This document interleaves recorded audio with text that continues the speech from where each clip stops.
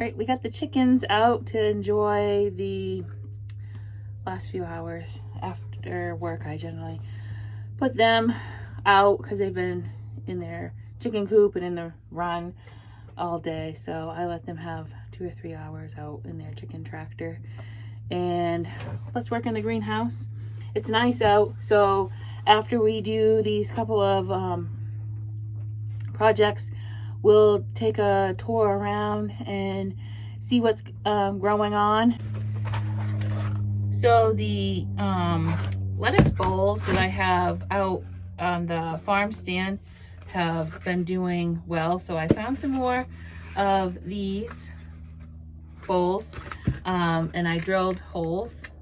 Well, my husband drilled the holes, and we'll be filling up that I think with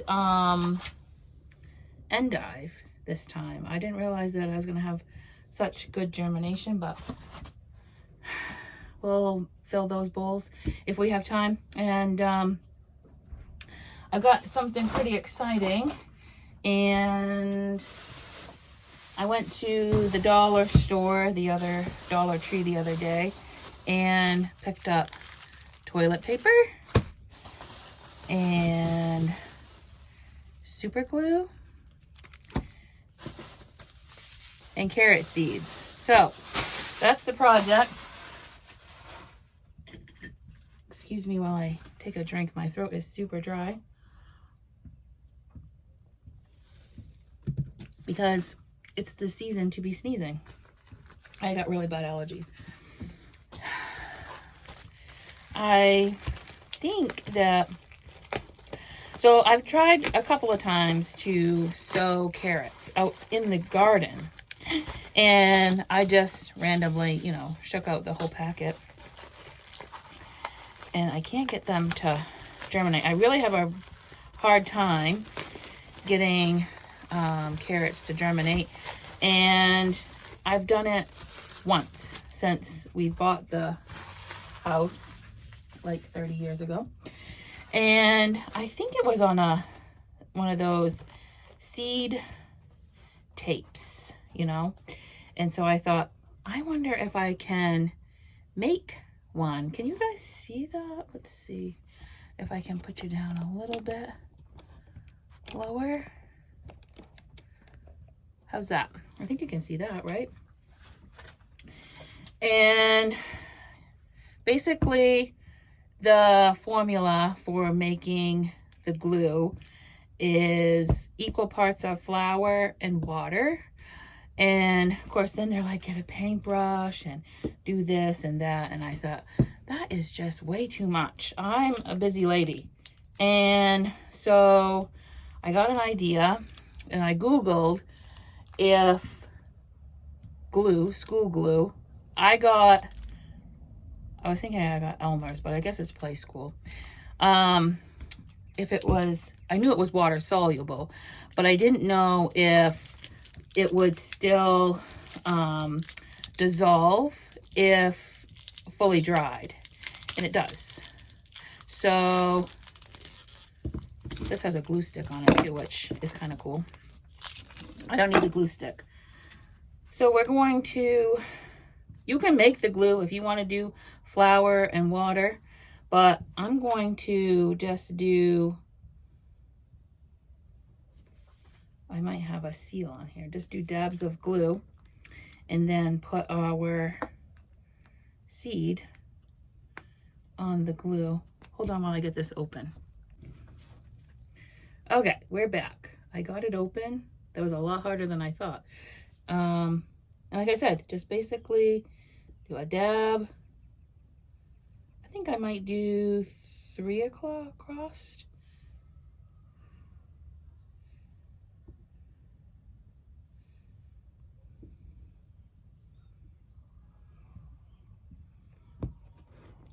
Yeah, that looks good. A couple inches apart. Of course, these are a little bit closer, but it doesn't really matter. I'm just doing it the size of the tissue paper, obviously. And then we'll take our carrot seed. This is all they had at the dollar store for a variety. It's a red cord chutney, heirloom, seed. I really wasn't looking to see if it was heirloom or not. I just needed some fresh seed. I also thought that that might be the problem. Then just drop your seed. You could do 2 or 3 on the dab of glue. That's totally up to you.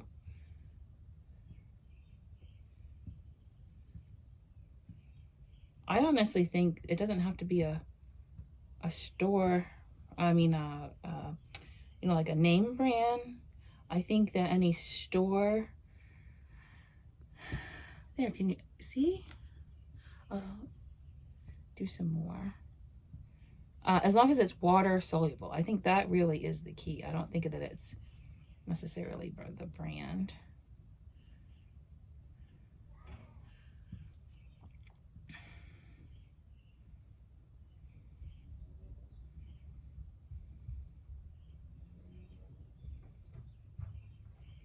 Oh, and the reason why I'm doing this is because I think that the tissue will help the seed and the glue once it gets re-wet and moistened and dissolving, will help the seed germinate.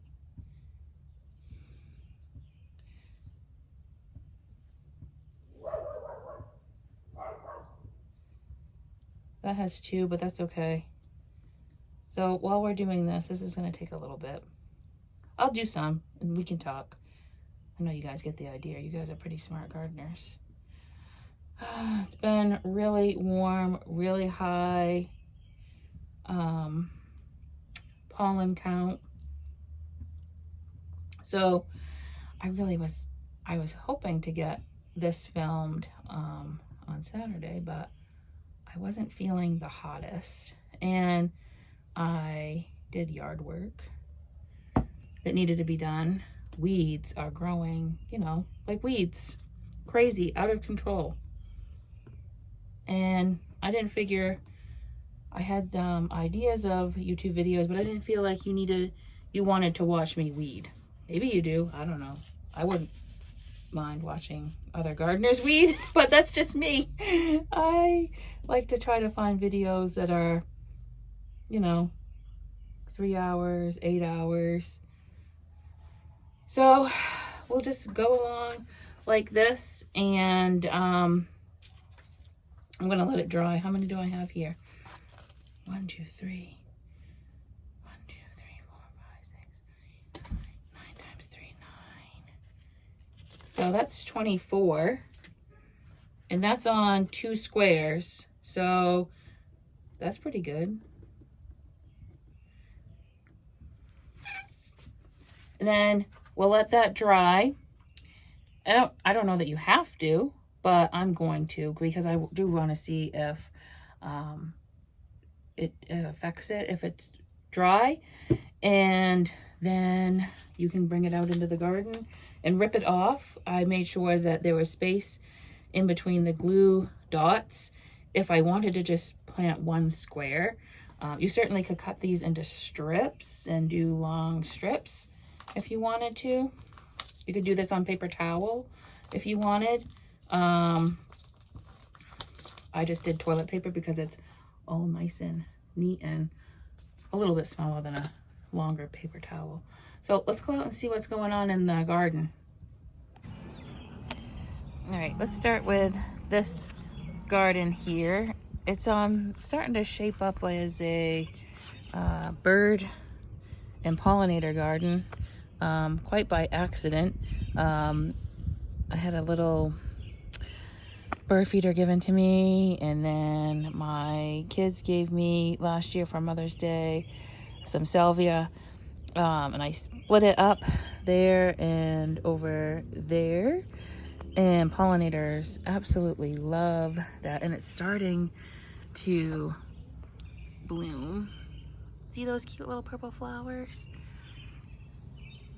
Of course, it's nothing, not any showstopper or anything, but the bees sure love it.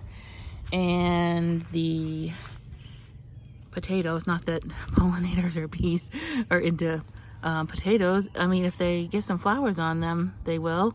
But it's looking good. I don't know if I did a clip. I thought that I did, that I planted this out in the beginning of March, which I normally do, but I don't normally put it in these cloth, sorry, the dog's probably gonna bark, I heard a dog going by, grow bags, and I don't think that that keeps the tubers warm enough in the greenhouse in March. I don't normally have any issue if I use the black buckets that I normally do, so that's good to know. If you're gonna plant in these, it's growing good fine now, but if you're gonna do early planting in the cold season, don't use the cloth bags, use a thicker plastic, and they'll be fine.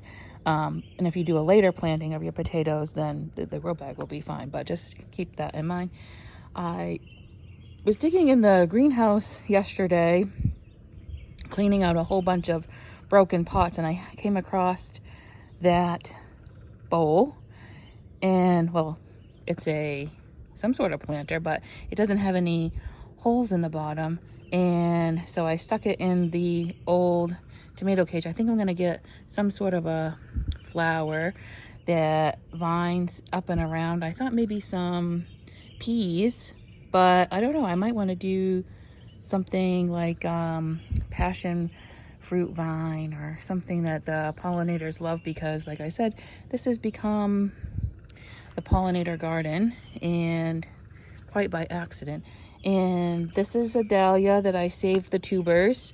I don't know which variety this is, because I ordered them last season and they were super tiny. I was very disappointed in the size of the tuber, but my neighbor told me that I shouldn't worry.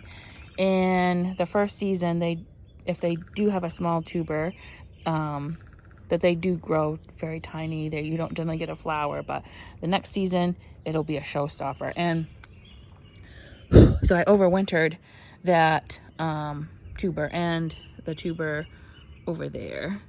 And oh, my whole point was, when I got them in, they were supposed to be marked, and they weren't, so I don't know which tuber is which until they flower this year.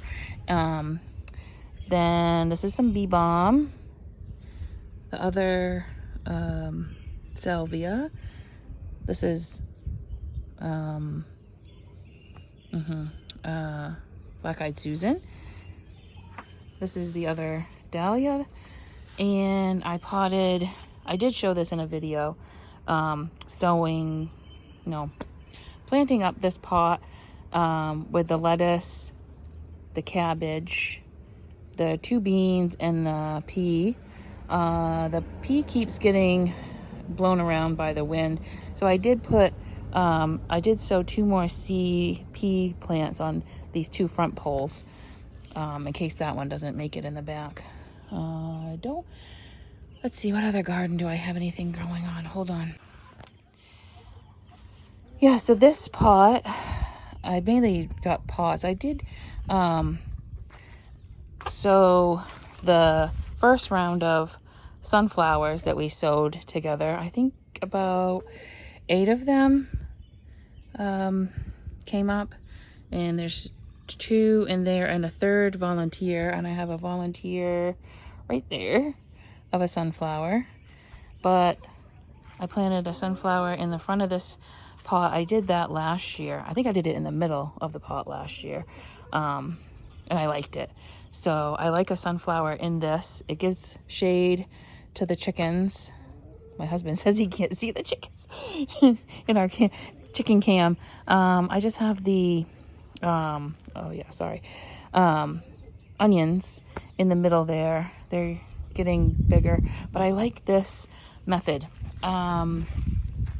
I saw this on another gardening channel, and I can't for the life of me remember her name. I don't watch her all that often, but she does this layering in the pots when you're propagating or trying to get something to grow bigger, and you just set the propagation pot or your seedlings on the top of the pot, and for some reason it like draws up moisture from the pot, and these have gotten considerably bigger since I put them in here a couple days ago. And these are the walking onions that we sowed last fall. I did do was it elephant garlic in the middle of that pot, and they have not come up yet. I don't know if they're just later or if they didn't make it through the winter, but nothing's showing up so far, so we'll keep an eye on that. This is some of the garlic that we have saved on the homestead. Let's see, I planted it last fall and harvested it last year, and it was still considerably small in heads size. So I saved that and planted it last fall, and it's definitely a lot bigger. I had two that the chickens dug up this spring, and I didn't notice it until, I don't know, a couple days after they were in here having fun in this spring. It didn't matter to me, but they did kick that up. And so I just stuck them in a pot in hopes that they would reroot, and they did. They're looking fine. And we have some cabbage on each side of the cilantro. These are some volunteer horseradish. This, I thought that I did beets, but I'm pretty sure it's spinach. I didn't think that I had any more. This is where labeling would come in really handy, but I'm bad at labeling.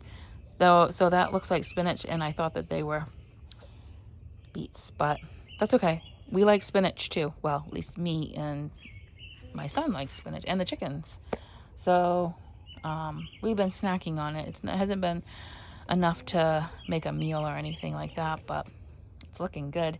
The best that I've had spinach grow, and I sowed that, I think, the beginning of March. When I started coming out here with the chickens, and I think it was beginning or mid-March, and that looks really great. It's the best spinach I've grown. All right, so I know that wasn't much of a tour, but I don't have a lot that's in the ground or growing. A lot of it's in the trays still, and we've sowed it together. I'm just checking on the glue dots. They're still wet, but I did have an idea while we were out. Do I have my marker? Let me go get a marker. I was thinking that we could write on here, if I had given myself enough room, but I wasn't thinking that, the variety. And then, like I said, I made sure I stopped at a end of a square, and if we wanted to start some other type of a seed or another new carrot variety, you can write it there and then just tear it off. Let's get a marker. All right, I found a marker. I don't know that it has to be a marker, but let's see, red cord.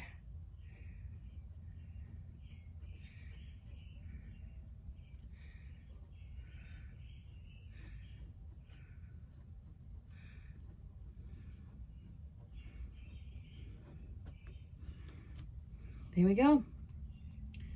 Just like that. And I think I'm gonna I thought that I might plant those out. I told you that we would, but I want to wait until they start getting one of their true leaves. They still have their baby seedling leaves, their cotyledon leaves. So I don't want to rip them apart just yet because the roots are still pretty tender.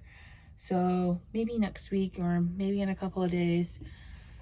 So I hope that it's sunny where you are and that we're growing together. And I will see you next time in the garden.